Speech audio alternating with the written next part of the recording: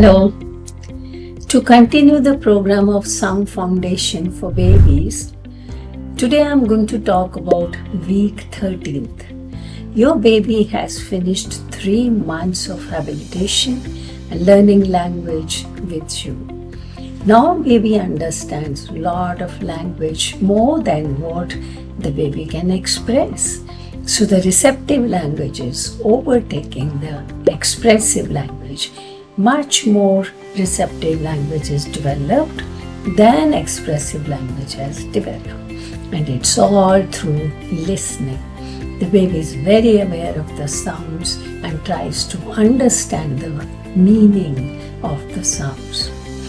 So the audition goals we were talking about in the last week were to be able to imitate the vowels and diphthongs and number of syllables. So we continue the same auditory goal this week also.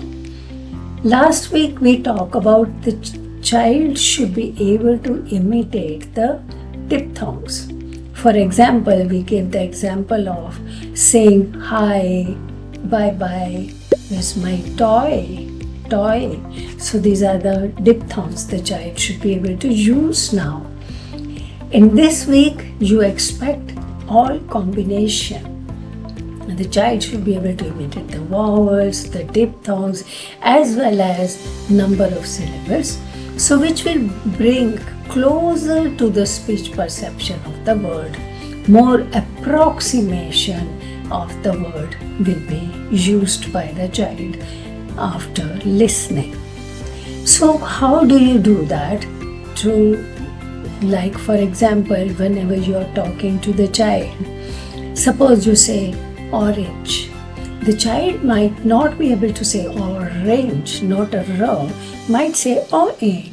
And the same way, if you say give me, the child wants to say it me rather than give me. G is not coming out. So therefore, at least 2 syllables are completely followed very clearly. By this way, what you can track is the language of the child and the speech of the child. For example, when the child says crying, the child can't say crying, the child says I. The child is trying to say crying. The child has the word crying because it's not an imitation and the child is spontaneously using that word. Then the child has that vocabulary in her language. But if the child is imitating orange and saying orange, then the child has developed the diphthongs and the vowels in the speech. And we move on to the next goal. Okay. So tracking speech or tracking language can be combined. So we have to be careful whether we are tracking the language or we are tracking the speech. Through this, of course, there will be lot of combination, association and integration of both the goals. So the child should be able to use performatives properly and say some of the words approximately. What are the performatives? You remember learning to listen sounds.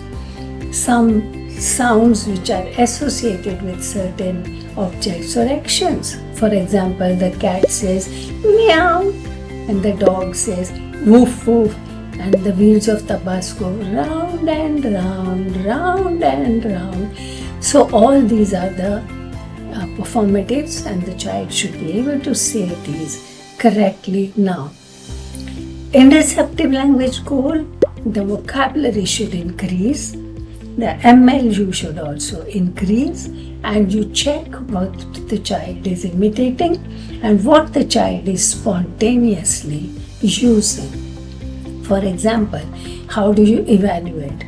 If you want to check the receptive language of the child, you can play a game where we say collecting items, finding treasure. For example, you tell the baby, we are going to the garden to play. Here's your bag, put the things in your bag. We need to take a small bucket So now the child has to look around, find the small bucket and put it in the bag. Now we need to carry a spade because we might play in the sand pit. So the child has to find the spade and put it in the bag. And if the child is holding the spade, then you say put it in your bag. So the child has to follow the instruction to put it in the bag. Where's your water bottle? You need to take your water bottle also. So this way you're doing all open set, where there is no option, but the child has to think some things which the child needs to carry to the garden.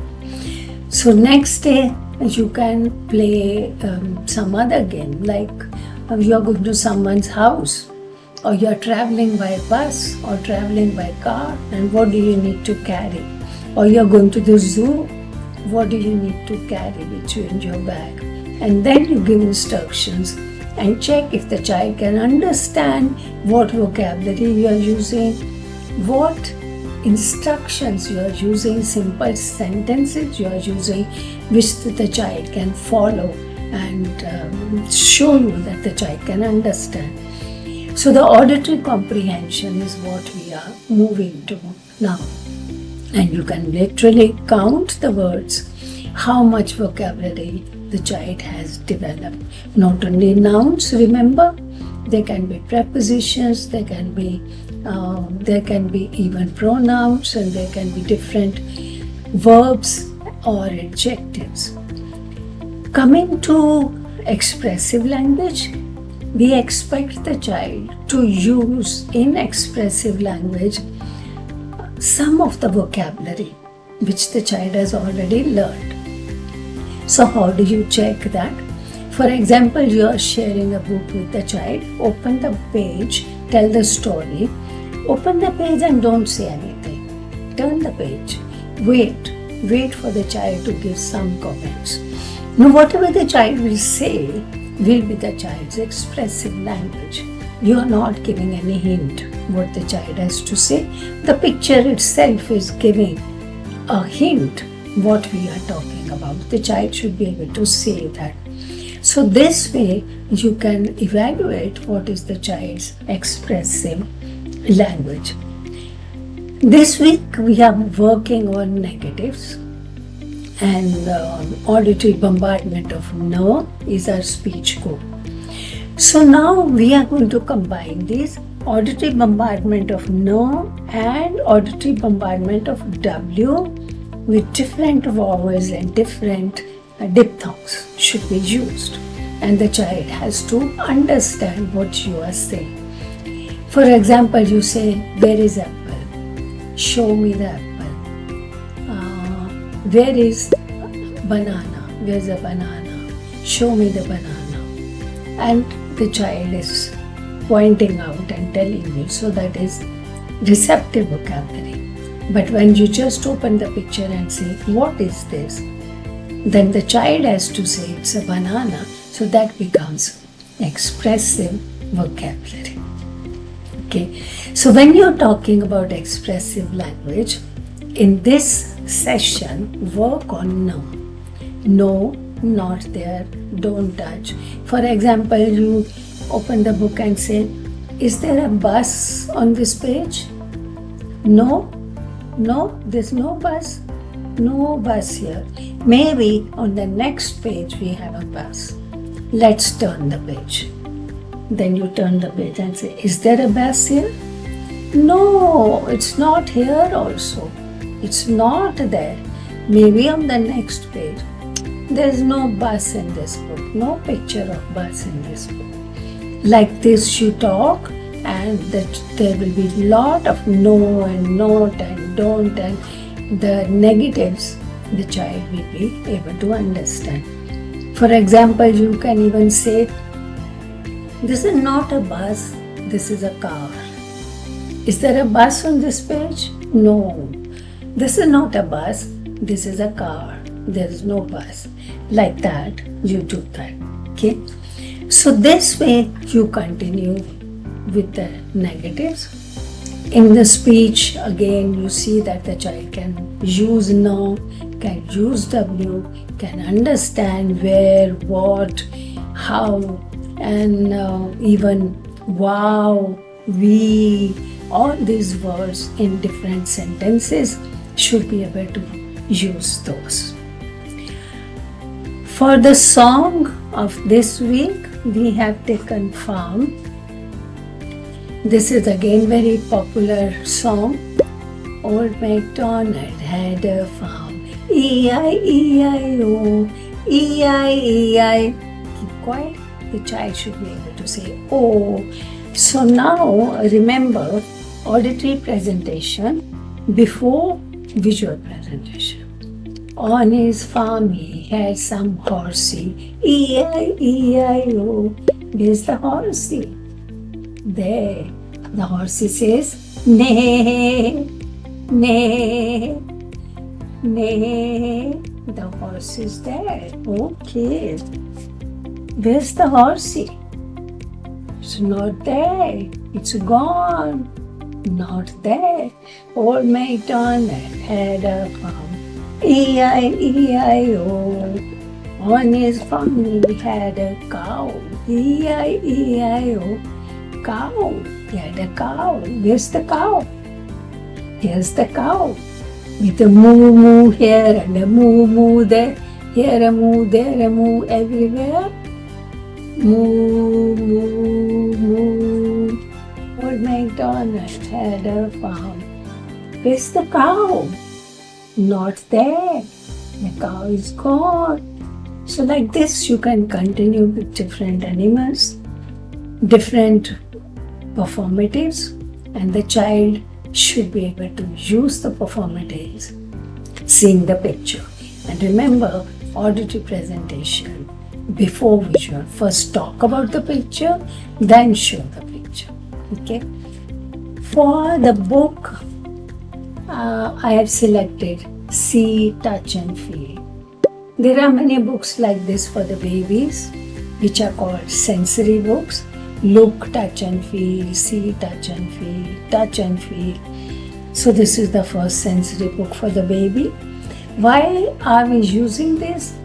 The babies, when they are very young, they learn from tactile sense more than they learn from auditory sense and visual sense. So therefore, this is very important for them to attach the vocabulary to those sensory feelings. For example, we don't say the hands are dirty. We say the hands are messy. Oh, what a mess. What a mess. His hands are so messy. He needs to wash his hands. We got one big hand and one small hand, and then shape. There's a big hand and a small hand. Now, which hand would you like to have? Touch your hand to the big hand. Touch your hand to the small hand. Which one do you like? Where's the small hand? Oh, you like the small hand. I also like the small hand. I got two snails. One snail has bumpy shell. Another one has smooth shell. You want to see it? These are two snails. This snail has bumpy shell. Bumpy shell. Bumpy shell. And this snail has smooth shell. Smooth shell. And now you let the baby touch it. And when the baby is touching this, you give the language. Bumpy shell. Bumpy shell. I have bumpy shell. I have a smooth shell. A smooth shell. I have a smooth shell. Which one do you like? I also like the bumpy shell. Bumpy shell. Like this, and then you can even go to the last page. First, talk about it. Bear has a fluffy tummy. Fluffy tummy. That's a bear. And it has a fluffy tummy. Touch and see. It's fluffy. Yes, it's a fluffy tummy.